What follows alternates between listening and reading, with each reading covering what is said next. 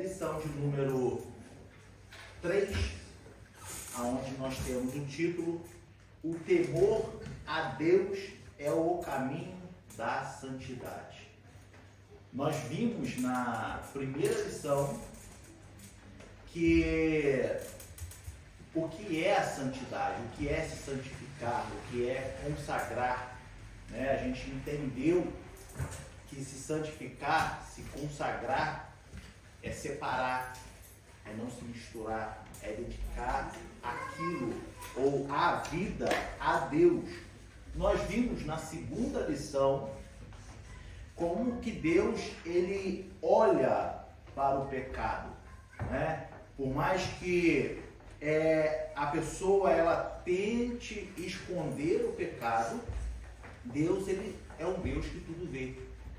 E aí nós tivemos aqui na última lição o exemplo de Davi, né, que achou que estava tudo de boa, tocou a vida normalmente, e aí Deus manda o profeta Natan para chegar para Davi e poder e repreendê-lo de acordo com os feitos dele. Então, nós vimos aqui que o pecado, ele nos afasta, ele bloqueia a nossa santidade, podemos assim dizer, ele prejudica a nossa santidade. E hoje nós vamos ver que o temor a Deus é o caminho da santidade. Uma vez que você tem o temor, obviamente, você não vai querer omitir um pecado ou achar que está omitindo um pecado a Deus e assim não se prejudicar, né? Conseguir se santificar. Bom, eu quero ler com os irmãos Eclesiastes, capítulo 12. Nós iremos ler todo o capítulo, tá? Só que eu gostaria de fazer uma leitura participativa. Eu gostaria de que cada um dos irmãos pudesse ler um versículo. Cada um dos irmãos pudesse ler um versículo. Eclesiastes, capítulo 12. Nós temos aqui 14 versículos.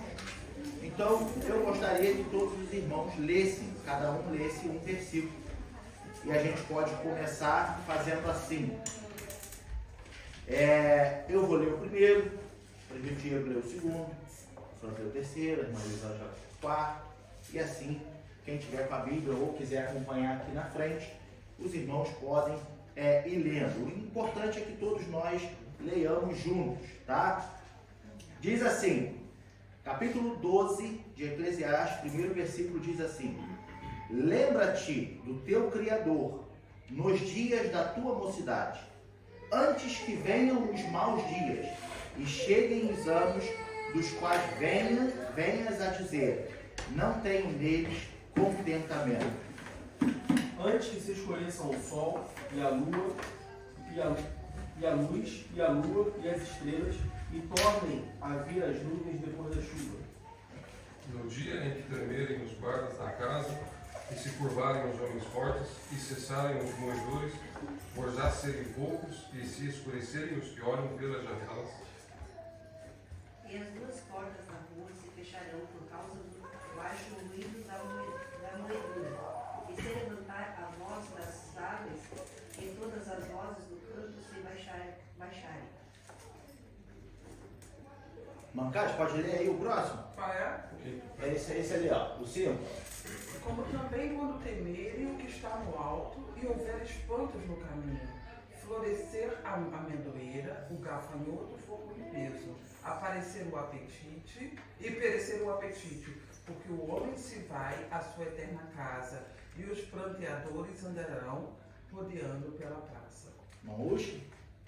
Antes que se quebre a cadeia de prata e se despedace o copo de ouro e se despedace o cântaro junto à fonte e se despedace a roda junto ao poço. Irmão Zé, lê também aí, irmão, para nós.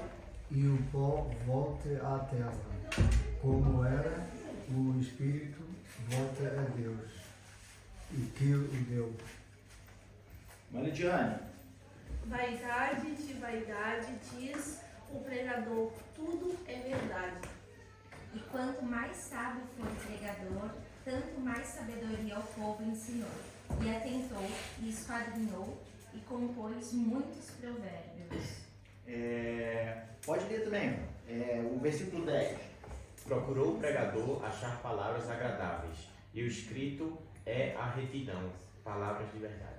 Mano, As palavras dos sábios são como os aguilhões e como pregos bem fixados pelos mestres das congregações, que nos foram dadas pelo único pastor. e demais disso, filho meu, atenta, não há limite para fazer livros, e o muito estudar em fato é da carne. Vai, Diego. De tudo que se tem ouvido, o fim é: teme a Deus e guarda os seus mandamentos, porque este é o dever de todo homem. Portanto, Deus há de trazer o juízo, a juízo toda a obra e até tudo que está encoberto, quer seja bom, quer seja mal. Vamos ler todo mundo junto o versículo 13. De tudo que se tem ouvido, o fim é: teme a Deus e guarda os seus mandamentos, porque este é o dever de todo homem. Amém? Eita glória. Amados, lição de hoje: o temor a Deus é o caminho da santidade. Nós sabemos que Salomão, ao escrever Provérbios, tá, ele menciona no versículo 9, no capítulo 9, versículo 10, que o temor ao Senhor é o princípio da sabedoria. Tá? Quando eu entendo que eu devo temer a Deus, eu começo a me tornar um homem sábio. Tá? E hoje nós vamos falar sobre o temor. Porém, é interessante a gente analisar que ninguém melhor do que Salomão para nos dizer que temer a Deus é melhor do que todas as coisas. Como nós lemos no versículo 12, né, no versículo 13, de tudo que se tem ouvido, o fim é: teme a Deus e guarda os seus mandamentos, porque este é o dever de todo homem. Por que eu digo que, no meu ponto de vista, né, o melhor homem para nos aconselhar em relação, melhor é temer a Deus e guardar os seus mandamentos do que Salomão? Por quê? Por que Salomão? Porque Salomão viveu de tudo. Salomão, ele foi um homem muito rico. Ele conseguiu ter todos os prazeres que ele queria ter. Ele pôde ter tudo em suas mãos. Ele desfrutou da vida do jeito que ele queria. Pensa num homem que fez o que bem entendeu, a hora que ele quis, do jeito que ele quis, foi Salomão. Nós entendemos que Salomão, ele, quando assumiu o reino, ele estava na presença de Deus, depois ele se desviou da presença de Deus. E na sua velhice, entende-se que ele se arrependeu, porque senão ele não teria escrito o versículo 13 do capítulo 12 de Eclesiastes. É interessante a gente entender que, segundo a tradição judaica, tá? Isso não tem afirmação concreta da idade, de qual era a idade de Salomão quando ele escreveu, né, Cantares, Provérbios, Eclesiastes. Mas, segundo a tradição judaica, entende-se que Salomão escreveu Cantares ainda jovem. Na meia-idade, na sua maturidade, ele escreveu Provérbios. E na sua velhice, ele escreveu Eclesiastes. Por quê? Porque na sua velhice, como a gente vê ele falando aqui, olha, diante de todas as coisas que se tem ouvido, melhor é temer a Deus. Ele agora estava fazendo uma assembleia, como nós estamos aqui hoje. Salomão, entende-se que Salomão reuniu todo o povo para poder dar os seus conselhos, de que tudo que ele viveu era só vaidade. Portanto, a palavra-chave do livro de Eclesiastes é vaidade. Nós podemos ver no capítulo 1, põe por gentileza, capítulo 1, versículo 2, que ele diz assim: vaidade de vaidades, vê que ele está exclamando, vaidade de vaidades, diz o pregador, Vaidade de vaidades. Tudo é vaidade. Aí lá no capítulo 2, versículo 1 e o versículo 11, ele vem dizer de novo, olha, disse eu no meu coração, ora, vem, eu te provarei com alegria. Portanto, goza o prazer, mas eis que também isso era vaidade. Entende? Isso aqui, Salomão está se referindo à sua juventude, à sua vida louca que ele viveu.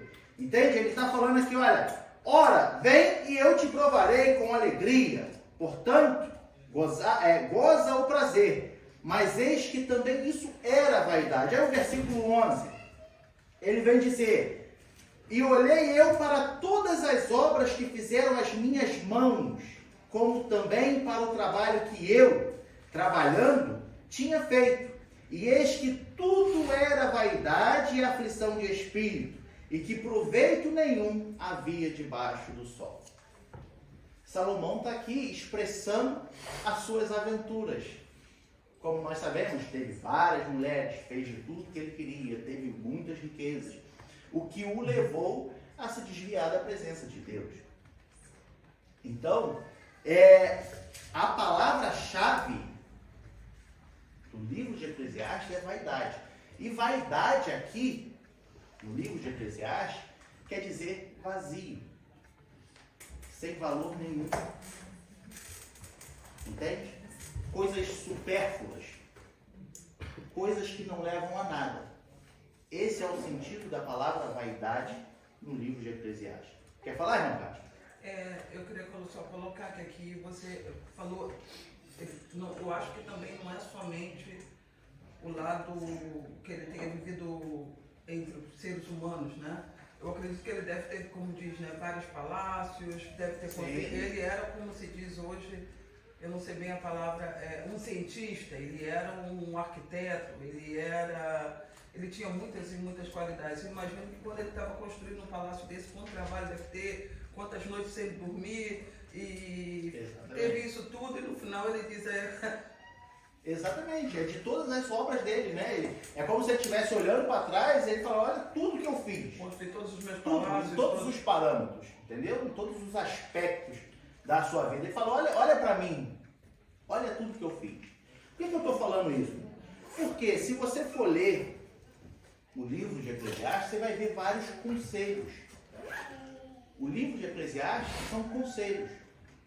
Embora muitas pessoas dentro da igreja não dê o devido valor a esse grupo de livro, tá? Que nós que já aprendemos sobre, como é que era o nome daquela lição daquele trimestre, é o valor da Bíblia? Não, é o poder da palavra, que foi bibliologia. Supremacia da palavra. A supremacia da palavra. Nós estudamos aqui, e quem está fazendo um seminário teológico também já aprendeu, né? O grupo de livros. E quem lembra a que grupo pertence, por exemplo, Cantares, Provérbios e Eclesiastes? Livros poéticos. Livros poéticos. E por ser livros poéticos, muitos não dão o devido valor porque dizem, né? Isso não é verdade, mas dizem que não há uma profundidade teológica nesses livros. Mas nós temos aqui como base da nossa lição de hoje o livro de Eclesiastes nos mostrando que sim, tem uma profundidade teológica e que nos ensina muita coisa. Portanto, o escritor aos Hebreus diz que toda a escritura divinamente inspirada é o quê? É proveitosa para corrigir, para redarguir, né? Para ensinar, para nos exortar. E se a gente entende que está dentro do cânon bíblico, aonde são livros divinamente inspirados, então tem ensinamento sim para nós. Nós não podemos ignorar. Pode falar. Eu acho que é a tendência que a gente tem, né? Tipo assim, quando o pai e mãe falam, a gente não ouve, a gente sempre ouve quem está do lado de fora, e são coisas pequenas, banais que ele diz, e a nossa tendência é sempre de não querer aprender das coisas banais. A gente quer sempre ler quando tem um livro. Se o livro é bom quando o livro é grande, quando o livro tem muitas páginas, o que está na moda. Às vezes a gente não quer aprender. Eu acho que é aí que entra também o Eclesiastes. Exatamente. E como eu estava dizendo, é um livro que nos traz muito ensinamento para a nossa vida cotidiana. Cotidiana. Sabe? Porque a santidade, ela não acontece num momento particular. A santidade, ela acontece e é exercitada no nosso cotidiano. Todos os dias. Você vai para o trabalho, você vai para a escola, você está na rua, você está em casa, você está dormindo, está acordado. É santidade. E a profundidade que Salomão nos deixa é justamente isso. Não é uma particularidade de um momento da sua vida que você deve refletir e tomar cuidado. É todo o tempo. Entende? Então, como eu estava dizendo, Eclesiastes, entende-se que Salomão ele reuniu todo o povo na sua velhice e começou a dar conselhos, principalmente para os mais jovens. Entende? Portanto, Eclesiastes, lá no hebraico antigo, ele quer dizer reunir-se, ou assembleia, né? Assembleia de uma grande reunião. Traduzindo do grego e para a nossa língua, eles traduzem como o pregador. Portanto, no capítulo 1, nós podemos ver, versículo 1, que diz assim: palavras do pregador, filho de Davi, rei em Jerusalém. Eclesiastes é o pregador, ele estava falando, ensinando, tá, para o povo e dando ali então os seus conselhos, tá? Por isso é interessante a gente entender por que nós estamos lendo Eclesiastes capítulo 12. Por que nós lemos os 14 versículos do capítulo, tá? Se você parar para meditar em cada um versículo desse na sua casa, você vai ver os conselhos. Você vai ver de tudo, tá? Que ele vem falando para concluir o livro de Eclesiastes. E por que eu pedi para todos nós lermos juntos o versículo 13? Porque ele fala: de tudo que se tem ouvido, o fim é. Ou seja, olha, de tudo que vocês já ouviram eu dizer, de tudo que vocês já ouviram falar, de tudo que vocês já pensaram em fazer na vida de vocês, tá? Vaidade é vaidade, ou seja, vazio é vazio, sem valor é sem valor. Isso não vai trazer nada para vocês. É o que ele está querendo dizer aqui no versículo 13. E aí ele fala assim: o fim é, ou seja, a única coisa que eu quero que vocês entendam é: teme a Deus e guarde os seus mandamentos, porque este é o dever de todo homem. Então, nós temos a tendência de sermos vaidosos. E a vaidade não está ligada somente à beleza, né? Porque as pessoas associam a vaidade de, porque eu quero pentear meu cabelo, porque eu quero me maquiar, porque eu quero andar cheiroso, porque eu, né? Não. Vaidade é aqueles desejos compulsivos que você tem no seu dia a dia. De comprar, de gastar, de querer ter, de querer fazer, tudo isso. E isso, muitas das vezes, tira a pessoa do seu ponto de equilíbrio. Ela começa a extravasar. Ela vai para um lado, começa a se meter em dívidas, querem ter coisas que não podem ter, começam a cumprir, fazer promessas que não conseguem cumprir, né? E por aí vai. E a pessoa só vai se afundando. E quando olha para trás, ela não aguenta mais. Já está aqui, ó, se afogando. E agora, o que eu faço? Então, Salomão, ele deixa bem claro para a gente: olha, de tudo que vocês já ouviram falar, que vocês já pensaram, que vocês já sentiram, teme a Deus e guarde os seus mandamentos. Por que teme a Deus? Aí é o ponto-chave da nossa lição, não do livro de Eclesiastes, mas da nossa lição. Porque, como é o título da nossa lição? O temor a Deus é o caminho da santidade. Uma vez que eu temo a Deus, todas essas coisas, como Salomão me apresentou, elas se tornam vazias para mim, sem valor nenhum. Somente vaidade. Isso aí para mim é só vaidade. E quando a gente vai pensar em temor, tá? O que significa temor? Temor é literalmente ter medo, tá? E aí bate aquele frio, né? Ué, mas eu passei a minha vida inteira ouvindo dizer que eu não é ter medo de Deus. A lição, para quem leu a lição aí, provavelmente viu escrito: que temor a Deus não é ter medo de Deus. Mas a palavra temor significa ter medo. Tá? E aí a gente entende agora o seguinte. Uma coisa é eu ter medo de apanhar do presbítero Diego. Outra coisa é eu ter medo de magoar alguém. Quer uma definição de temor a Deus? Vamos ilustrar. Pensa você aí no seu íntimo, uma pessoa que você ama muito. Uma pessoa que realmente existe na sua vida, que você ama muito. E quando você pensa nessa pessoa, você tem um sentimento por ela, que se você por acaso imaginando que você pode magoá-la, aquilo já te dói no peito. Só em você pensar que você tem a chance de poder decepcionar essa pessoa, e que você, quando pensa nisso, você sente aquele, eu não posso fazer isso. Pensa nessa pessoa tão querida, que você fala assim, eu quero estar com essa pessoa. Uma pessoa da sua vida mesmo, eu estou falando aqui fisicamente, tá? Na sua família, amigo, seja lá quem for. Pense nessa pessoa. Então, quando você pensa nessa pessoa, e você pensa assim, existe a probabilidade de eu magoar essa pessoa? Não, eu não posso magoar essa pessoa, porque eu amo demais essa pessoa. Porque essa pessoa me ama demais. Eu vou fazer algo na minha casa, eu quero que essa pessoa esteja comigo. Tem muito tempo que eu não vejo essa pessoa, eu quero vê-la, essa pessoa. Eu quero ver essa pessoa. O temor a Deus é esse sentimento que você está sentindo aí por essa pessoa aqui na Terra, só que muito mais profundo. Por isso que é ter medo. Mas não medo que Deus vai te agredir. Não, não é esse medo. Mas é o medo de que quando eu olho para a santidade de Deus, eu tenho medo de decepcioná-lo.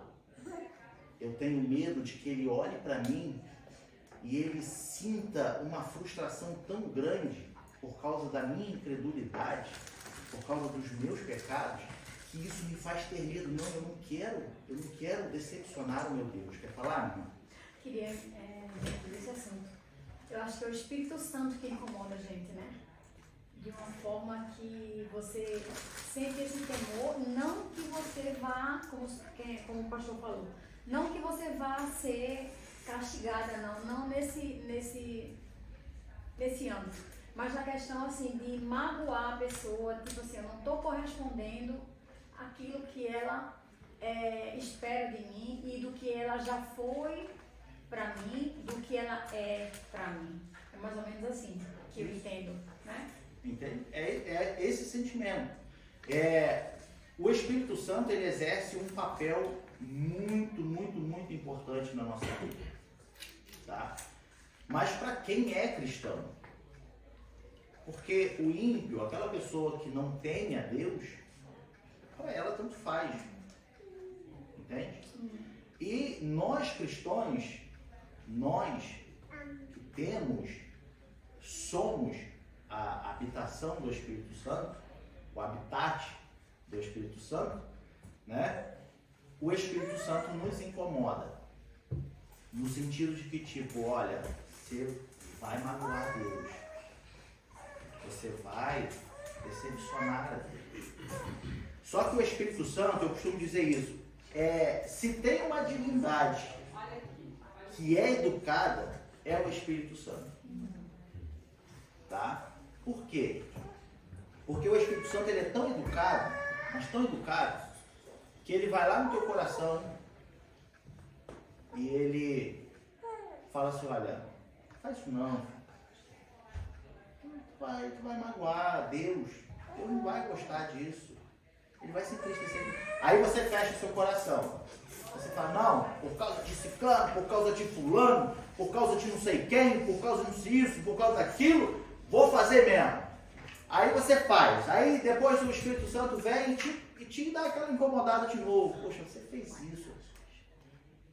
Não era para você fazer. Aí você sente no seu coração. Não era para você fazer. Aí você fala, não, mas fiz mesmo. Ah, não quero nem saber. Aí sabe o que acontece? O Espírito Santo, ele para. Ele para. Aí é o que o apóstolo Paulo diz sobre a mente cauterizada. O pecado, o erro, persistir no erro, persistir no pecado, ele vai cauterizando a sua mente, ele vai cauterizando o seu coração. Sabe, em Ezequiel nós estudamos no último trimestre, eu não me recordo agora exatamente o versículo, mas Ezequiel ele diz assim, olha, ele ora pedindo para que tire o coração de pedra e coloque um coração de carne. Entende? Por quê? Porque o coração de pedra é insensível. Entende? O coração de carne, ele sente. Ele é sensível, né? Ele é delicado. Então, quanto mais a gente rejeita o incômodo, num bom sentido, do Espírito Santo dentro de mim, me falando, filho, tá errado, filho, quanto mais eu ignoro isso, mais o meu coração vai se fechando.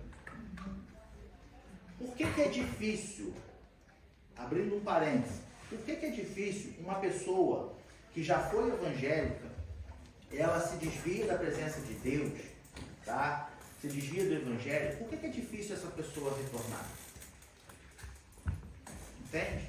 Por que é difícil ela, né, abrir o coração dela de novo? Porque ela fechou o coração de uma tal maneira que o Espírito Santo, ele tem poder? Tem. É a divindade de Deus. Mas, como eu disse, se tem um ser divino que é educado, é o Espírito Santo. Então ele deixa lá. Ele não age mais na vida da pessoa. A pessoa, quantas pessoas que eu conheço que se afastaram da presença de Deus, que se você falar de Deus, falar de igreja, falar de evangelho, ela já se arma inteira. Entende? De tanto que pode ter sido fruto de uma decepção, pode ter sido fruto simplesmente de uma desobediência, se desviou mesmo, não quis mais. Mas o ponto o coração ficou de pedra. E não tem mais a sensibilidade. Aí eu digo, o Espírito tem a capacidade de quebrantar o coração? Tem, ele é o Espírito Santo. Entende? Só que aí um processo mais devagar. Você pode ver que quando Deus quer realmente trazer a pessoa, aquilo é instantâneo. A pessoa ouve uma pregação, ouve um hino, tem alguma experiência com Deus ali que é instantâneo. Entende? Agora tem pessoas que é um processo.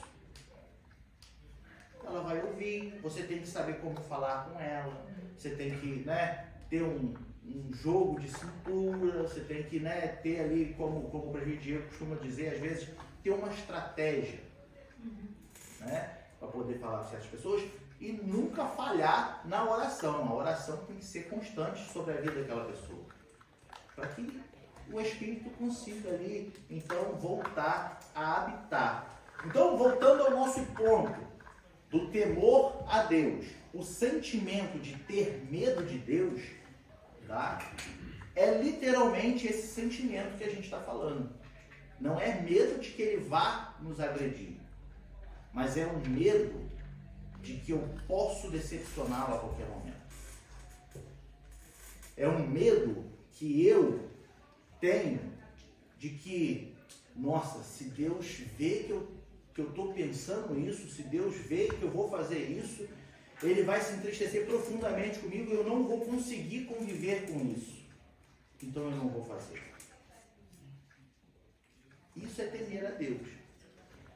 Com base nessas características, eu separei aqui algumas referências para a gente entender pelo menos 3 pontos, tá? Do que é ter temor a Deus. O ter medo, tá? Fala. Bem rápido, para não interromper muito. O pastor falou que a gente escuta sempre, ou não escuta o Espírito Santo quando a gente diz, eu vou magoar a Deus, eu não tenho temor a Deus, quando a gente vai tomar alguma ação, que essa ação vai gerar alguma outra reação, do tipo, eu vou falar alguma coisa, mas a pessoa vai ficar magoada. Mas mesmo assim eu vou falar, mesmo assim eu vou fazer. Eu sempre tenho essa dúvida. Esse equilíbrio entre o Espírito Santo, a gente ter o Espírito Santo, conhecer que a gente vai magoar e mesmo assim fazer. Isso é a carne ou o que é? O temperamento? O que Então, a questão é o seguinte: se for o Espírito Santo te conduzindo a falar com a pessoa, você não vai ter esses sentimentos que você vai magoar. Claro. Entende? Porque o Espírito Santo é sábio. Claro. E a função do Espírito é nos ensinar, a função do Espírito é nos guiar, a função do Espírito na nossa vida é nos conduzir sempre da melhor forma possível. Por isso nós devemos ter comunhão com Ele. Quando eu penso que eu vou falar com fulano, eu vou falar com ciclano e ele vai se magoar, isso pode ser um sentimento seu por ele. Porque você tem a capacidade de prever as coisas. Sim. Entende? Uma das características é que nós somos imagem e semelhança de Deus. Entende? Então, não dá pra você falar assim, mas é o Espírito Santo tá me falando que vai magoar ela. E aí eu vou fazer assim mesmo. Depende. Porque se o Espírito Santo realmente está te falando, fala com aquela pessoa, ele vai te dar sabedoria para você falar da melhor forma, ele vai te conduzir da melhor forma e ela vai entender. Não vai ficar magoada. Entende? Fala. Eu só iria discordar da última parte. Pode ser que a pessoa fique magoada, sim, porque nós somos humanos, às vezes Também. magoa. Exatamente. Eu vivi uma situação muito interessante há muitos anos atrás, talvez alguns nem eram crentes ou nem estavam aqui, que era um menino que morava aqui e ele estava com um Haifal, já estava no final, no tempo que a AIDS não dava jeito, né? Aqui na Alemanha. E eu vi aquele menino debilitado, e Deus tocou no meu coração, vai lá falar com ele. E eu fiquei com medo de magoá-lo, e eu não fiz. Afinal, ele morreu. E eu fico pensando, pra mim, o que pareceu como uma maldade. O cara já tá mal, já tá mais pra lá do que pra cá, a gente tá vendo que o fim tá próximo. Ainda vou falar, aceita Jesus, agora Deus vai me falar. Sabe aquela coisa assim? E são coisas que me pesam no coração até hoje, né? Porque eu acho assim que eu teria, acho que todo mundo ia cair de pau em cima de mim também, né? Como é que você vai falar um negócio desse? Não passa mais trocas, eu acho que teria sido como cristão a melhor alternativa, mesmo que eu tivesse que pagar o preço. Ser chata, ser crente, ser Um ponto interessante também é que a palavra diz que aquele que começa a tua obra certamente terminará. Então, às vezes, orientado pelo Espírito Santo, você pode fazer algo, falar algo que no primeiro momento vai magoar ou entristecer uma pessoa. Mas isso vai ser a porta para que o Espírito Santo fale no coração dessa pessoa e essa mágoa se transforme em alegria. Isso acontece. Exatamente. Que era o que eu ia falar agora. Entendeu? Fala. A minha filha aceitou Jesus, né? Ela voltou. Quer dizer, ela aceitou Jesus. Daí ela voltou pra mim. Mãe, olha por uma amiga minha. Que elas estão juntas, ela tem 20 anos. E ela tá com câncer seco. E agora ela foi no médico e o câncer passou por e a menina tá lá. Eu disse, Luana, um pouquinho que você conhece, olha pra Deus, Deus sabe de todas as coisas. Né? Eu falei pra ela, conversa comigo. E daí ela ficou mais aliviada. Então não fala mesmo. Eu disse, não, mas a gente tem hora aqui, né? Mas aí que vem as minhas dúvidas. Falar com Deus, orar com Deus, a gente faz, que é muito fácil. Mas será que alguém tem essa coragem de falar isso que é o ponto da fé que me incomoda? Porque aí é a fé prática, a gente não pode ter vergonha disso e aquilo, a gente chegar lá e ter esse peito. Bem-vindo ao Evangelho. É duro, porque... Mas é o preço que a gente tem que pagar, porque aí, por que ficar nessa coisa? Eu adoro estar na igreja, todo dia me convidou para aqui, eu acho muito legal. Adoro estar aqui, mas realmente é difícil. Mas fala de você. Não, mas eu entendo o que a irmã Cássia está falando, que é tipo, às vezes a gente se acovarda. A gente sabe o que tem que ser E às feito. vezes eu tenho uma capa, isso aquele. Exatamente. Exatamente. A oportunidade que você tem é aquela. E se você der lugar para uma fagulhinha de covardia, no sentido tipo, ai, não vou falar não, pode passar e acabou a oportunidade que você tinha de passar. E isso pode ficar te incomodando o resto da vida, entendeu? Deixei de falar algo, deixei de fazer algo, entende? Porque eu me acovardei. E aí só o perdão de Deus sobre a tua vida mesmo, sabe?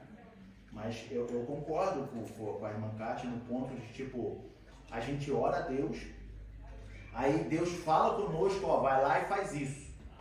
Vai lá e fala isso. Vai lá e se comporta, dá isso para aquela pessoa, faz isso com aquela pessoa. E aí a gente fala. Principalmente quando é da salvação, de falar de Jesus. Exato, exatamente. A gente vive Jesus, a gente fala de Jesus. A gente E aí ama qual é o Jesus, sentimento? Mas tem vergonha de falar. Qual é o sentimento que nos bate? Ih, mas ela vai estar magoada. Pode soar arrogante. Pode soar isso, pode parecer aquilo, não sei o quê. Entende? Esse é o peso do cristão. É o peso do Alguém que cristão. está aprendendo justamente no seminário. Exatamente. A pregação da palavra e o discipular. Exatamente. Pode falar. É que acho que nesses momentos a gente esquece que não é a gente que vai falar, a gente que vai fazer. É só a gente deixar o Espírito Santo agir. Mas quando a gente põe a gente em primeiro lugar, naquele eu vou falar, aí a gente perde, acho que esse... Sim, exatamente. E a gente como é que eu ia falar? Muitas das vezes a gente quer acrescentar algo que o Espírito nem falou. Esse dia eu estava vendo na internet, aí era um meme, mas assim, é a realidade. De o Espírito Santo no ouvido da pessoa falando, meu filho, fala pra fulana que eu vou restaurar o lar dela. Só isso. Aí o profeta foi lá e falou, minha irmã, que Deus vai restaurar o teu lar. E ainda tem mais. Aí o Espírito Santo vai não, chega, acabou, não tem não. Que ele vai sacudir, que ele vai fazer isso. Aí o Espírito, não fale nada, vai embora o Espírito, sabe? E é uma realidade. Eu já vivi isso. Entendeu? O Espírito falou e eu falei mais. Pois é, e é uma realidade. Aí nesse mais, que muitas vezes a gente acaba magoando a pessoa, entendeu? Porque a gente acaba falando que não deve e acaba ali ferindo então a pessoa e acaba... Profetizando que não tem nada a ver. Não tem nada a ver. Entendeu? Então nós devemos tomar cuidado com isso. Tá? A sensibilidade ao Espírito, ele está conosco para nos guiar, para nos exortar, para nos ensinar. Entende? Devemos ter a sensibilidade. E nós que o Espírito de Deus habita em nós, tá? Uma das grandes funções dentro da nossa lição que o Espírito vai fazer conosco é nos alertar de que, olha, o Pai pode se entristecer com isso. E se eu temo a Deus, eu vou me preocupar com essa decepção do Pai comigo. Entende? Esse é o sentimento de ter medo em relação a Deus. Esse é o sentimento de ter medo de decepcioná-lo.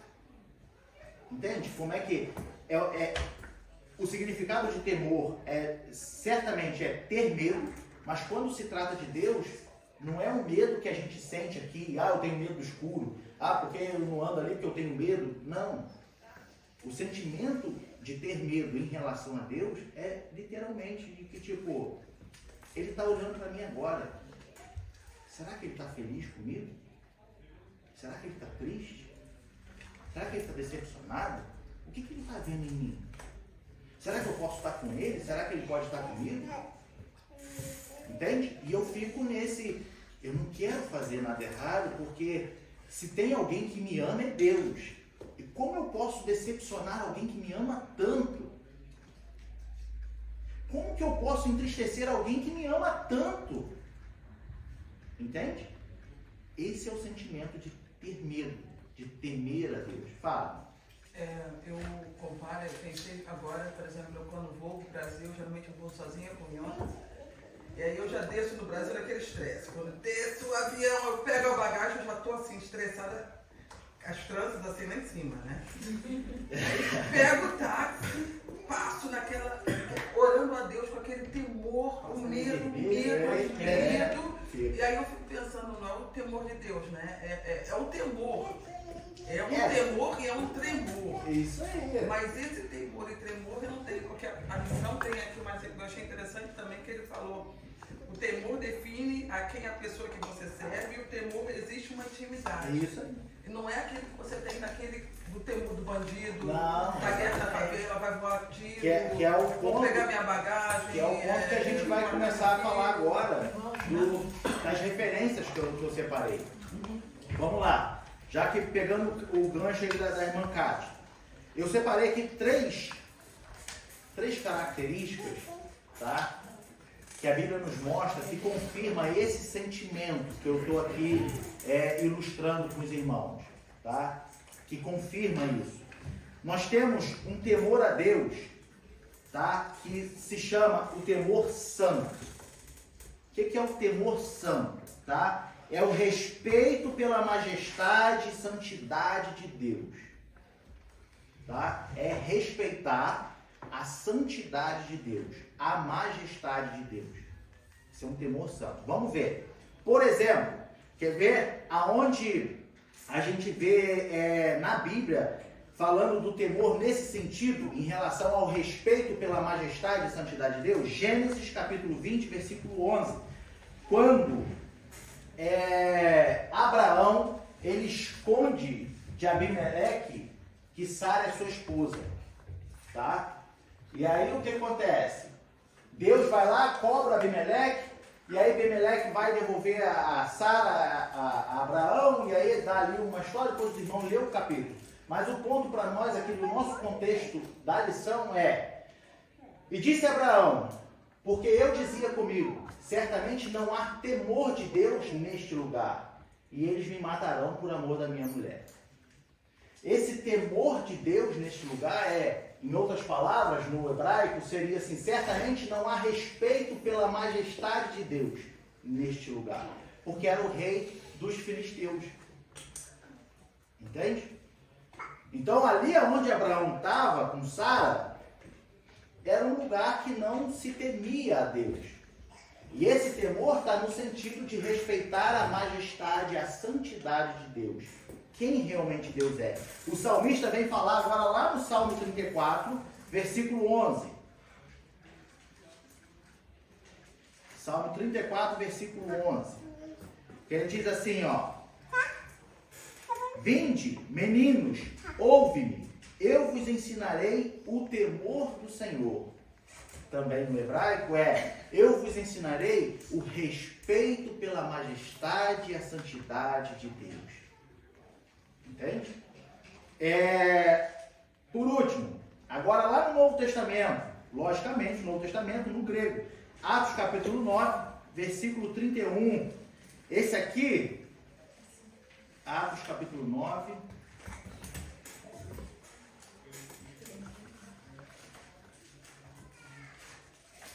versículo 31.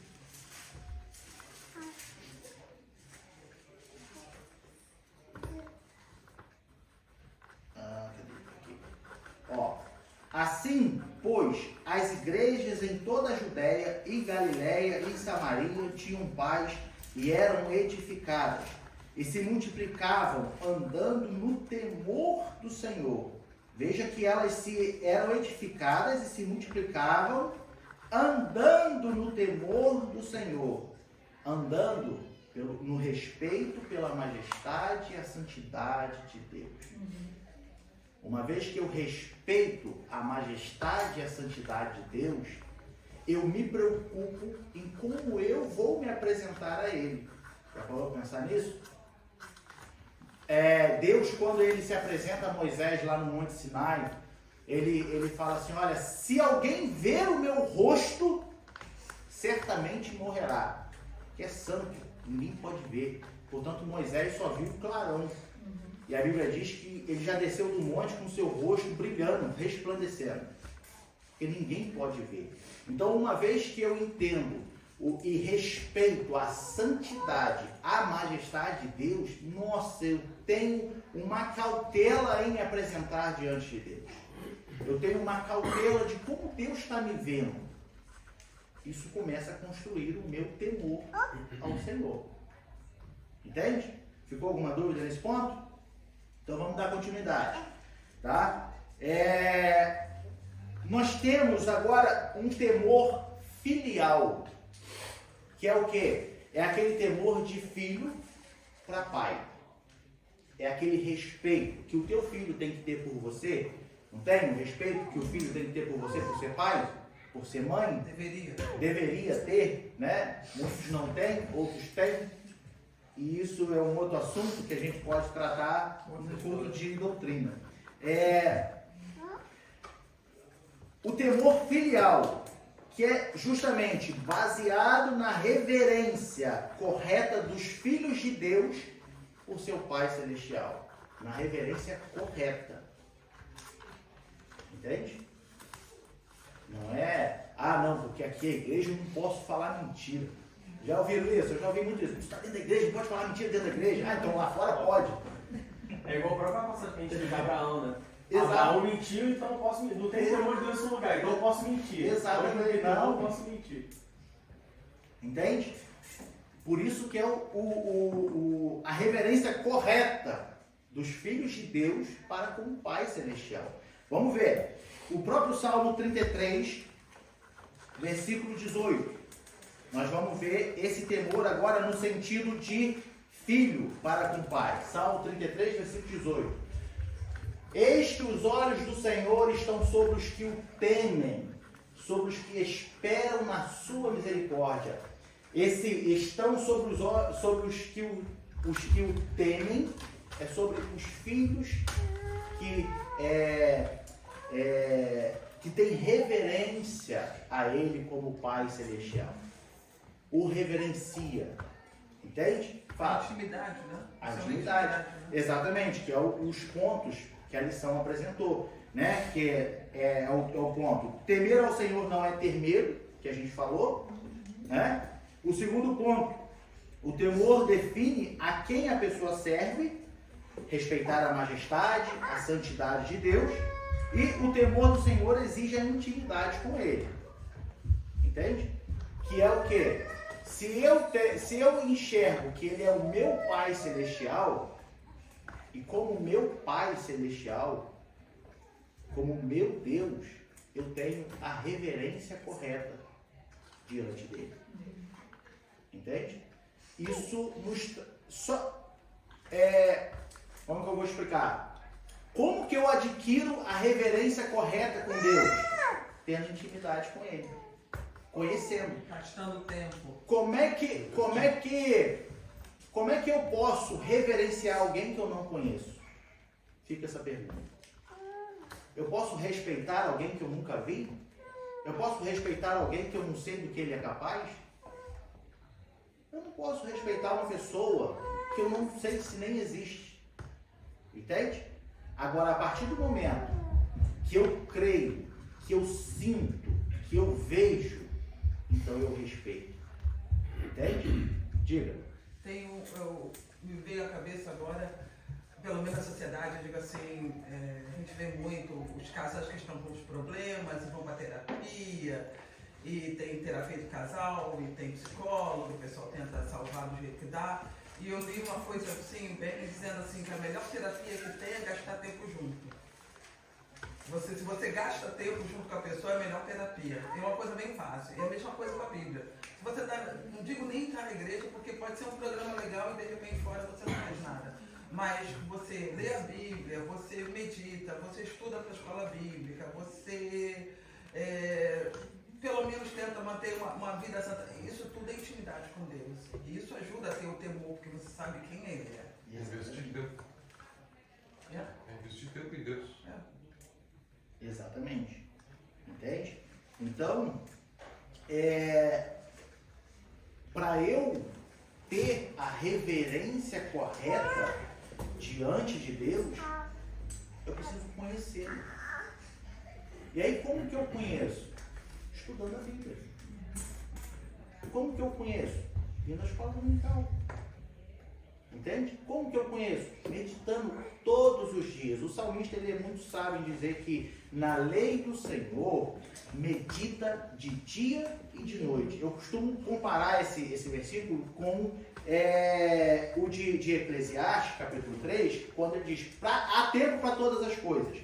Mas o salmista diz assim, que para a lei do Senhor eu medito de dia e de noite. Ou seja, todo dia, toda hora. 24 horas. Entende? Então, quando eu entendo isso, que para eu ter a reverência correta diante de Deus, eu preciso conhecê-lo. Eu preciso entender quão grande é realmente o amor dele pela minha vida. O ser humano ele tem a facilidade de se achar autossuficiente. Entende?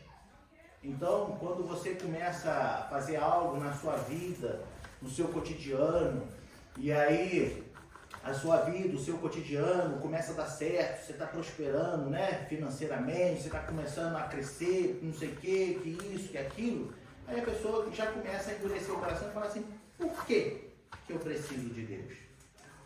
Para que eu preciso de Deus? Entende?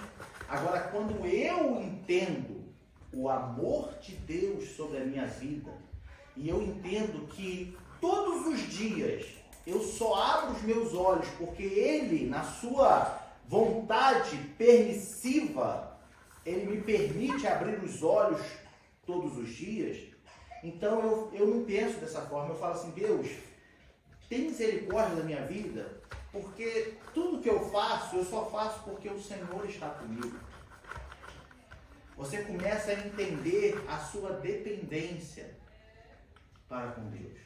Você começa a entender que você sem Deus não é nada. Já foi falado aqui outras vezes, não há vida fora de Deus. Não há alegria fora de Deus. Queira você aceitar ou não, queira o mundo aceitar ou não. Mas tudo é passageiro. Olha o que Salomão escreveu. Vaidade de vaidade. Tudo é vaidade. Fala. Eu gosto muito da...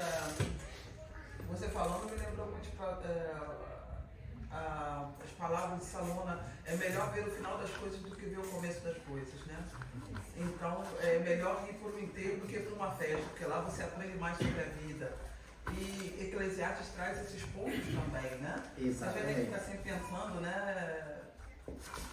A gente pensa que aquela sabedoria de jovem, todo mundo sabe muito, mas no final das vidas a gente pensa bem diferente. Exatamente.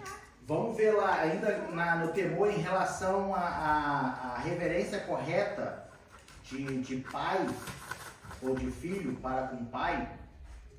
1 Coríntios, não tem a referência errada, eu estou corrigindo. 1 Coríntios, capítulo 6, versículo 14. 1 Coríntios, capítulo 6, versículo 14. Aí, esse 6,14 nós vamos ler. Deixa eu ver aqui se eu peguei isso. Não, é 2 Coríntios, perdão. 2 Coríntios. 6,14. Isso, agora está certo. 2 Coríntios 6,14. Aqui o texto está falando, olha, essa parte está falando justamente sobre a exortação à santidade. E o texto nós vamos ler do 14 até o capítulo 7, versículo 1, tá? Que o que os irmãos vão entender é o temor a Deus como filho, corretamente, a minha reverência a Deus como filho. Olha só. Não vos prendais a um jugo desigual com os infiéis, porque que sociedade tem a justiça com a injustiça? E que comunhão tem a luz com as trevas? E que concórdia há entre Cristo e Belial? Ou que parte tem o fiel com o infiel? E que consenso tem o templo de Deus com os ídolos? Porque vós sois o templo de Deus, do Deus vivente. Como Deus disse, neles habitarei e entre eles andarei, e eu serei o seu Deus e eles serão o meu povo. Pelo que saí do meio deles e apartai-vos, diz o Senhor, e não toqueis nada imundo, e eu vos receberei. E eu serei para vós pai, e vós sereis para mim filhos e filhas, diz o Senhor Todo-Poderoso. E o último versículo. Ora, amados, pois que temos tais promessas, purifiquemo-nos de toda a imundícia da carne e do espírito, aperfeiçoando a santificação no temor de Deus. Aperfeiçoando a santificação na reverência correta para com Deus. É o que o apóstolo Paulo está dizendo. Entende? E Deus termina no versículo 17 falando assim, olha, não toqueis nada imundo e eu vos receberei. Aí no 18 ele fala assim, e eu serei para vós pai, se nós cumprirmos todas essas coisas que nós lemos agora. Eu serei para vós pai, e vós serão para mim filhos e filhas. Entende? Agora, quando eu me purifico de toda a imundícia da minha carne e do espírito e me aperfeiçoo na santificação, é quando eu entendo quem é o meu Deus, a quem eu estou servindo. Eu conheço Ele. Uma vez que eu conheço, eu tenho intimidade. Eu sei quem Ele é. Então, por que não o reverenciar?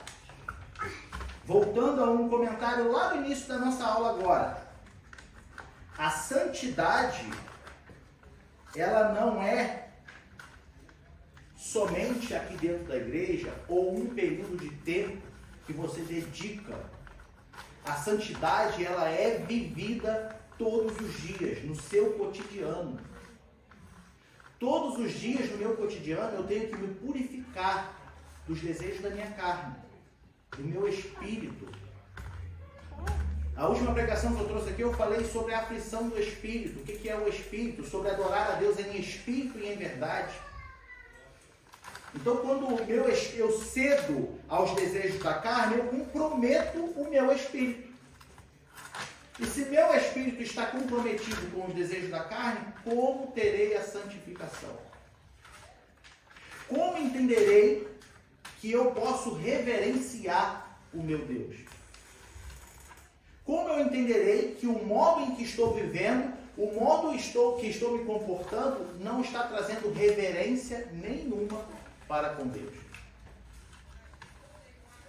Então é por isso que o apóstolo Paulo ele diz assim, olha, purifique-se, tire. Olha, a gente deve cumprir todas essas coisas para sermos chamados de filhos, para Ele nos receber como filhos. Mas eu devo abrir mão.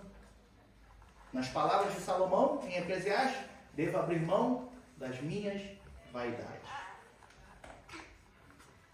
Entende? E como eu disse, é tão fácil as coisas desse mundo tomar lugar no nosso coração. É tão fácil. A gente vê, e nada é mais justo que você trabalhe, você tenha o seu dinheiro, que você compre as suas coisas, que você faça um passeio, que você queira investir. Entende? É um direito seu. É honesto, você está trabalhando. Só que o problema é quando isso começa a tomar conta do seu coração. E aí vem o apóstolo Paulo dizendo que o apóstolo Paulo, eu vou corrigir e vou mostrar para os irmãos. Aonde está o coração do homem, ali está também o seu tesouro. Entende? Agora eu fiquei na dúvida se é o apóstolo Paulo ou se foi o próprio Jesus Cristo que disse isso. Jesus disse isso. Jesus, né? Obrigado.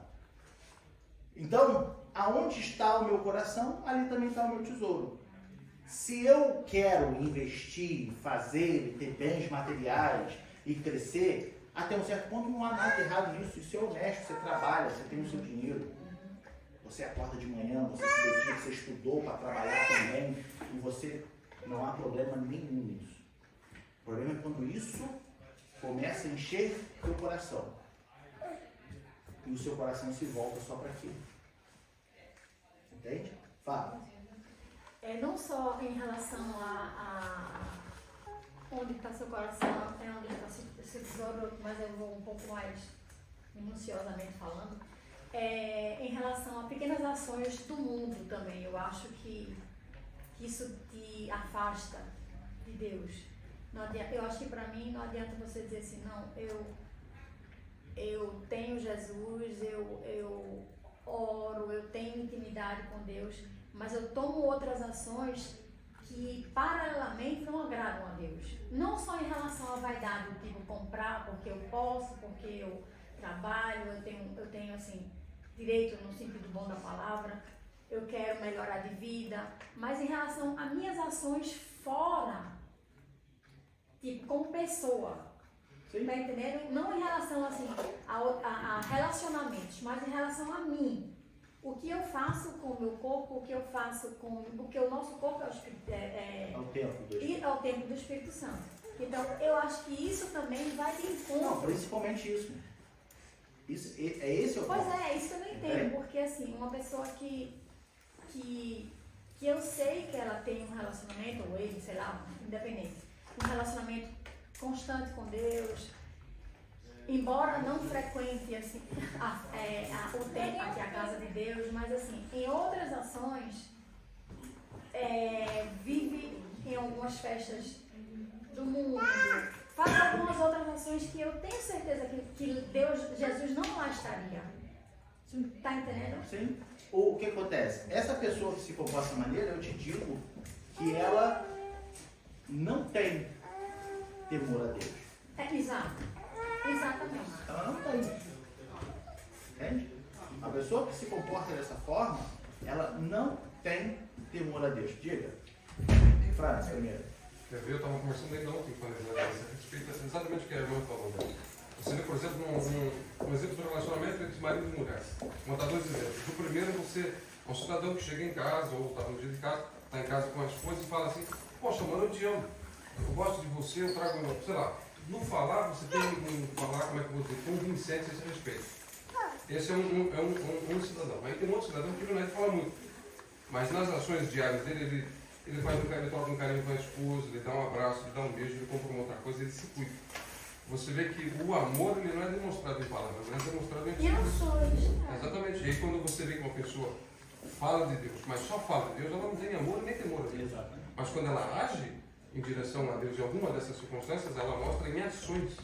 Porque o amor está nela em palavras, mas principalmente em ações não. Às vezes o não que você diz para uma pessoa, você quer ir para uma festa tal, que vai ter tal, que vai ter tal, que vai ter tal, é um sim que você dá para Jesus, entendeu? É a negação de você estar lá fora, de você estar em um lugar. Eu sempre me pergunto, Jesus estaria ali? Não. Tá entendendo? Então sei que estou magoando a ele, ao Espírito Santo. O Espírito Santo se afasta. É o que eu sinto. É o que eu entendo. Eu acho esse texto muito difícil, a gente entrar dentro das pessoas e às vezes, desculpa-me, julgar aquilo que elas fazem. Claro, pelos seus caminhos, pelos frutos que dão, você pode dizer se a árvore é boa ou má, né? Mas às vezes isso engana, é meio difícil de você ver dessa perspectiva. Eu fico muito mais preocupada quando às vezes a gente vê isso dentro da própria igreja, as pessoas, a gente vê grandes mestres, grandes pastores que estão, e aqui dentro daquele meio que aparentemente santo, aquele meio que aparentemente é bom, e tem uma vaidade. Eu já vivi vários pastores, aquele cara que chega bom dia, ele nem olha para tua cara, não dá bom dia. É uma santidade tão grande que a pessoa se afasta da própria pessoa e é quase um segundo Deus depois do Deus. Eu acho que isso também é perigoso. Sim. Então, para mim é igual a uma pessoa que foi dançar. Para mim, dançar, pelo menos está no mundo, pelo menos ele volta. Sim. O pior é você estar dentro da igreja vivendo isso. Isso é mais, eu acho que é o erro mais complicado de consertar. Mas isso não justifica. Sim. Não, mas a irmã está certa em dizer de dentro da igreja. Infelizmente, é uma realidade que a gente vive, né, que grandes problemas como esse não estão lá fora, estão dentro das próprias igrejas. E a gente não pode negar isso. Entende? E uma pessoa que se comporta dessa maneira, uma pessoa que começa a se sentir o santo, ou segundo Deus, né? Pode ter certeza que a única coisa que ele não está é perto de Deus. Entende? Porque ele não está fazendo para Deus. Ele quer que as pessoas façam para ele. Entende? Então, foge, começa a fugir do propósito, da função dessa pessoa. Não só isso, mas como cristãos, às vezes eu vou ao Brasil, quando eu vou na igreja da minha tia, é uma idolatria daquele pastor, é uma paparicação, eu nem olho para a cara dele, desculpa, eu sento lá, bem longe, nem olho, ele não me cumprimenta, ele já sabe que é uma paparicação, o cara já vem que parece Hollywood, só falta dar autógrafo. Tem muito, isso tem muito. Eu não consigo essas coisas. Isso tem eu muito. sou chata, Sim. fico pro meu canto, sento lá, faço meu programa, pego e depois vou embora. Foi como o meu exemplo do canto, né? Que eu tinha que aprender a cantar lá, mas eu tinha que deixar aqui. Né? Mas aquilo eu não conseguia aprender o que tinha. Parece que me puxava, né? Aquilo me puxava. Não. E eu não conseguia cantar o que eles queriam que eu cantasse. Aí pedi a Deus que ele me orientasse e o Espírito Santo me guiou para falar do meu pastor. Eu tinha que colocar isso no meu pastor. Mas eu não conseguia cantar o que eles queriam, não conseguia. Pois é, e aí, esse aí é um exemplo claro do que a gente estava falando, de que o Espírito ele incomoda. Entende? Esse é o exemplo claro. E aí, esse é o exemplo claro, muito bom, para a gente entender que se a irmã ignora esse incômodo, no bom sentido, do Espírito, falando, olha, não faz isso, está errado isso aí, isso não está legal. Se a irmã ignora, chega uma hora que o Espírito ele para de te alertar. Chega uma hora que, é como a gente disse aqui, fica cauterizada a sua mente, o seu coração. Eu falava pro Francis que eu tinha que escutar música. Eu colocava música, mas eu virava e ia escutar a buzina, não conseguia escutar. Pois é, tá vendo? E eu tenho certeza que, como a irmã está dizendo, né, aquilo começou a te incomodar de uma tal forma que a irmã perdeu o propósito de estar lá, que era aprender. Porque, não, isso está tão errado, isso não é o certo para mim, né? Então, é um exemplo bem claro da irmã dentro do que a gente está falando. É porque era música as músicas que eles queriam que fizesse era de terreiro, esse negócio de macumba, de arranjar, essas coisas assim, eu não conseguia. Pois é, tá vendo? Não. Então, assim, são nessas coisas que a gente deve se atentar no nosso dia. Entende? Porque, a princípio, poderia ser uma coisa boa, entende? Que devagarinho, vagarosamente, o cão começa a formar uma cama, e aí, né, a irmã deixa de cantar na igreja, começa a encher o coração disso, e o Espírito vai só se abrindo. É um exemplo claro dentro do nosso contexto. Bom, irmãos, dando sequência, a última característica que eu separei aqui para nós falamos do temor santo, temor filial e o temor pelo pecado imperdoável, de quanto conhecemos a palavra de Deus. Pecado imperdoável. É o temor pelo pecado imperdoável, quando conhecemos a palavra de Deus e ela revela nossos erros. E aí os irmãos vão entender por que o pecado imperdoável. Né? Porque Deus perdoa os pecados. E nós sabemos que a blasfêmia contra o Espírito Santo, que é um outro assunto, não vou entrar nesse ponto, é um pecado que não se perdoa. Mas o pecado imperdoável, nesse sentido, dentro do nosso contexto, literalmente, eu ver que eu possa cometer alguma coisa que vai entristecer o coração de Deus de uma tal maneira que eu tenho o sentimento de que Ele não vai me perdoar. Entendeu? Ficou claro? Quando eu tenho esse sentimento de que, tipo, magoei a Deus, entristeci a Deus, será que Ele vai me perdoar? Essa aflição de espírito, seria o temor pelo pecado imperdoável. Entende? Nós podemos ver, por exemplo, nesse sentido, Romanos capítulo 2, versículo 15.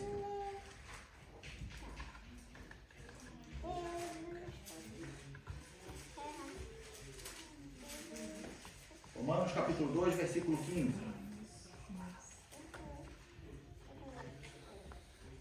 Os quais mostram a obra da lei escrita no seu coração, testificando juntamente a sua consciência e os seus pensamentos, quer acusando-os, quer defendendo. Então, o que eu acabei de falar, quando eu cometo algo e a lei que está escrita no meu coração, ela, juntamente com a minha consciência e os meus pensamentos, ela me acusa. A palavra de Deus. Entende? Quando eu a tenho no meu coração e eu cometo algo, aí a palavra de Deus, ela mostra em mim, olha, isso está errado. E aí me dá essa aflição de tipo, magoei a Deus. Oh, meu Deus, será que Ele vai me perdoar? Esse sentimento, essa aflição do pecado imperdoável. Entende? Nós temos Hebreus capítulo 10,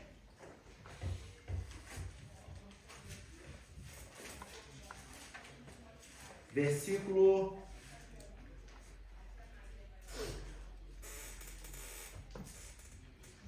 do 27 ao 31. Hebreus capítulo 10, 27 a 31. Que diz assim, olha, numa certa expectação horrível de juízo e ardor de fogo, que há de devorar os adversários, quebrantando alguém a lei de Moisés, morre sem misericórdia só pela palavra de 2 ou 3 testemunhas. De quanto maior castigo cuidai vós, será julgado merecedor aquele que pisar o Filho de Deus e tiver por profano o sangue do testamento, com que foi santificado e fizer agravo ao Espírito da graça. Porque bem conhecemos aquele que disse, minha é a vingança, e eu darei a recompensa, diz o Senhor. E outra vez, o Senhor julgará o seu povo. Horrenda coisa é cair nas mãos do Deus Filho. Olha o pecado imperdoável. Olha a minha preocupação. Será que Ele vai me perdoar? Será que eu fiz? Meu Deus do céu. Oh, Senhor, me perdoa. E aí você, literalmente, quando você tem esse temor, é quando você erra, você rasga o seu coração diante de Deus. Deveria. Então, mas quando você tem, você rasga. Quando você não tem, você deveria. Entende? Claro, pode falar. Eu posso tentar agora dar já contei o primeiro testemunho daquele rapaz que estava, e eu não falei com ele, e anos depois, tempo depois eu fui pro Brasil, estava meu tio velhinho em casa, e ele já estava com Alzheimer, né? Estava esquecido, não sabia quem era, mas tudo esse pai. E num momento de lucidez ele falou de Jesus, e aquilo me tocou, e eu falei, que isso, eu já fui crente, ele me viu com a Bíblia. Eu já fui crente, aquilo me tocou e eu falei, Jesus, não, aí ele falei, eu fui falar, tio, porque ele estava ali, né? Aceita Jesus. Ele falou, minha filha, para mim já é tarde. Aí cheguei no mundo Eclesiastes, para mim já passou o tempo. E eu tentei, não, gente, o que foi isso? Você vai, olha, eu fiz algo horrendo, para mim agora eu sou sua voz de sacanagem, para mim já é tarde. Aí ele sai do normal, como é o Alzheimer, aí você não consegue falar mais com ele, ficou no ar. Eu voltei pouco tempo depois ele morreu. E eu fiquei pensando se me levar muito Eclesiastes. Eu acredito, ele me contou algumas coisas que ele fez e ele sabia que era errado e ele era um gente, foi com a turma e aquilo me deixou de ser crente por causa disso.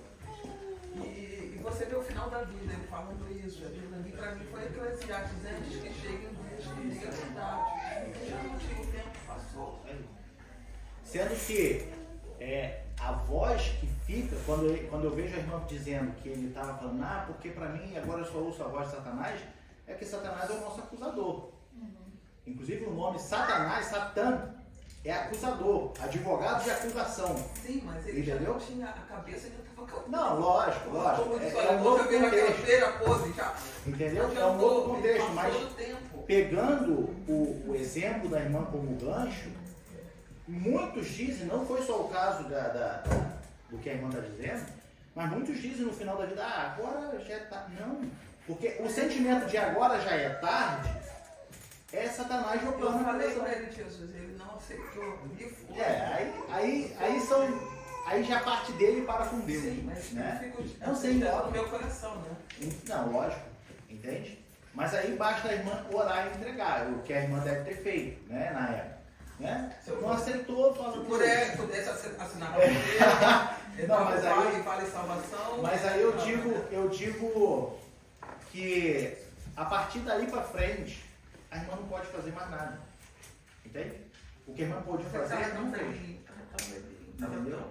Mas é o sentimento de muitos no final da vida. Agora já foi. Mas esse sentimento é causado pela acusação de Satanás. Entendeu? E é o que nós temos que ter a maturidade e pedir sabedoria ao Espírito Santo, né? De chegar e falar, olha, para essa pessoa falar, olha, isso é a voz de Satanás te acusando, né? É a voz de Satanás. Ainda há salvação. Enquanto você estiver vivo, respirando, ainda há salvação para a sua alma. Né? Vamos para o último aqui, a última referência.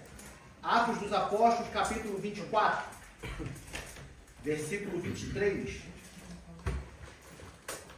Atos, capítulo 24. Ainda nesse sentido do pecado imperdoado. Essa passagem de Atos 24, 23 a 25, ela está num contexto de quando Paulo é levado preso diante do governador Félix, tá? E Paulo ele fica lá preso e Félix o manda chamar para conversar com ele. Só que a intenção do governador Félix conversar com ele era na intenção de que talvez ele fosse dar algum dinheiro, alguma coisa ali para ser solto. Só que quando Félix fala para Paulo falar do Cristo, Paulo começa a falar, Félix fala, sai daqui logo. Quer ver? Vamos ler. É o 24 que eu falei, do 23 ao 25. Ó. E mandou ao centurião que o guardasse em prisão. Guardasse quem? Paulo, né? Tratando com brandura. E que a ninguém dos seus proibisse servi-lo ou vir ter com ele. Aí ele fala, alguns dias depois, vindo Félix com sua mulher Drúxila, que era judia, mandou chamar a Paulo e ouviu acerca da fé em Cristo. Veja bem. Ó, e tratando ele da justiça e da temperança e do juízo vindouro, Félix, e tratando ele, era Paulo, falando para Félix, tá? Félix, espavorido, respondeu, por agora vai-te, e em tendo oportunidade te chamarei. No versículo seguinte ele diz assim, ó, esperando ao mesmo tempo que Paulo lhe desse dinheiro para que o soltasse. Só que Paulo, ele não se vendeu, ele não se amedrontou. E qual é o nosso contexto? Temor pelo pecado imperdoável. Quando Paulo, olha como é que o evangelho ele é magnífico, ele é maravilhoso. Quando Paulo começa a falar da fé em Cristo para Félix, ele logo se doeu. Ele falou, para de falar, em outras palavras, ele falou, para de falar que está doendo aqui, está me acusando. Eu estou me sentindo aqui um pecador que vou morrer a qualquer momento. Sai daqui. Quando eu quiser falar contigo de novo, eu te chamo. É o temor pelo pecado imperdoável. O sentimento. Quando nós temos contato com a palavra, quando nós aprendemos a palavra, meditamos, vivemos a palavra, nós temos esse medo, esse temor pelo pecado imperdoável.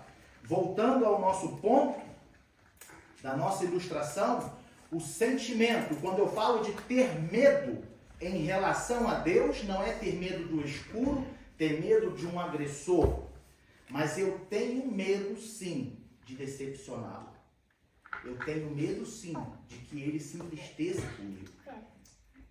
Eu tenho medo sim de em algum momento faltar com a reverência para com ele. Eu tenho medo sim de em algum momento eu não respeitar a sua majestade e a sua santidade. Esse é o temor ao Senhor. Quando nós temos isso, para nós concluir agora, Quando eu temo a Deus nesse sentido, eu tomo rumo à minha vida. Eu dou rumo à minha vida. Eu começo a andar em santidade. Qual é o tema da lição? O temor ao Senhor é o caminho à santidade. Quando eu entendo que eu devo respeitar a majestade de Deus, a soberania de Deus, quando eu entendo que eu devo ter a reverência correta de um filho para com o pai, quando eu entendo que eu posso cometer pecados e aquele pecado pode me gerar uma angústia de espírito, que talvez ele possa não perdoar o meu pecado, então, literalmente, automaticamente, eu começo a me colocar na posição aonde Deus quer que eu ande. E eu não vou vacilar nem para a direita, nem para a esquerda, mas vou andar no centro da sua vontade. Esse é o temor ao Senhor. Entende? Então, quando você falar de temor a Deus, pensa nisso. Naquele ser que te ama tanto, que você em momento nenhum da sua vida, da sua caminhada, você não quer fazer nada para que o entristeça. Você quer estar com Ele. Você quer que Ele esteja contigo. Você quer caminhar com Ele. Você quer que Ele caminhe contigo. Porque você tem uma afinidade com Ele. Você tem o prazer de estar com Ele e diante do seu temor, Ele vai ter o prazer de tê-lo na sua presença. Entende? Esse é o temor ao Senhor. Ficou alguma dúvida? Tudo bem? Então assim a gente encerra.